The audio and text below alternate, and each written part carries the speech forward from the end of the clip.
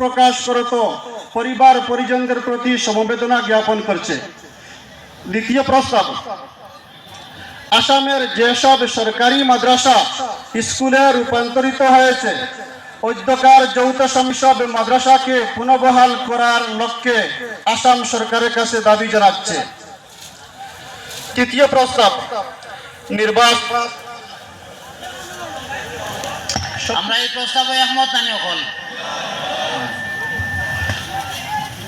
তৃতীয় প্রস্তাব, নির্বাচন কমিশন কর্তৃক আসামে ডিলিমিটেশনের নামে যেভাবে এক একটি গ্রাম বা এলাকাকে ভৌগোলিকভাবে বিচ্ছিন্ন করে পঞ্চায়েত গঠন করা হয়েছে, এতে সাধারণ মানুষ বিভিন্ন সমস্যার সম্মুখীন হচ্ছে। তাই অধ্যকার যৌথ সম্মেলন গভীরভাবে উদ্বেগ প্রকাশ করত পূর্বের অবস্থা পুনর্বহাল করতে আসাম সরকারের কাছে দাবি জানাচ্ছে। এই মাত্র আমরা হলে একমত নানি, আমরা এই দাবি সরকার পর্যন্ত যাইতো। তৎসঙ্গে বিধানসভার ডেলিমিটেশনে বরাক উপত্যকা থেকে 2টি বিধানসভা সমষ্টিকে কর্তন করা হয়েছে।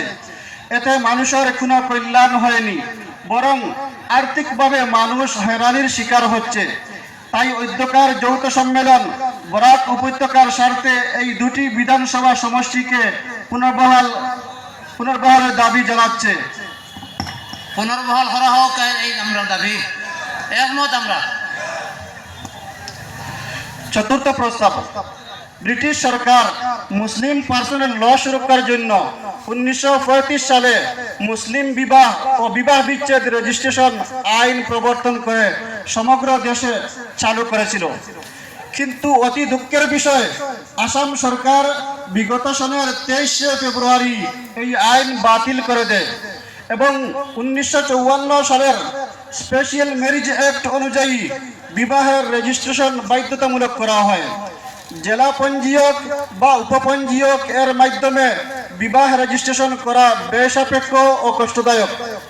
সুতরাং বিবাহ রেজিস্ট্রেশন এর এই কঠিন পদ্ধতি সরলীকরণ করত গরিব অসহায় মানুষের স্বার্থে বিবাহ রেজিস্ট্রেশন সহজসাধ্য করতে এবং কাজী প্রথা পুনঃপ্রবর্তন করতে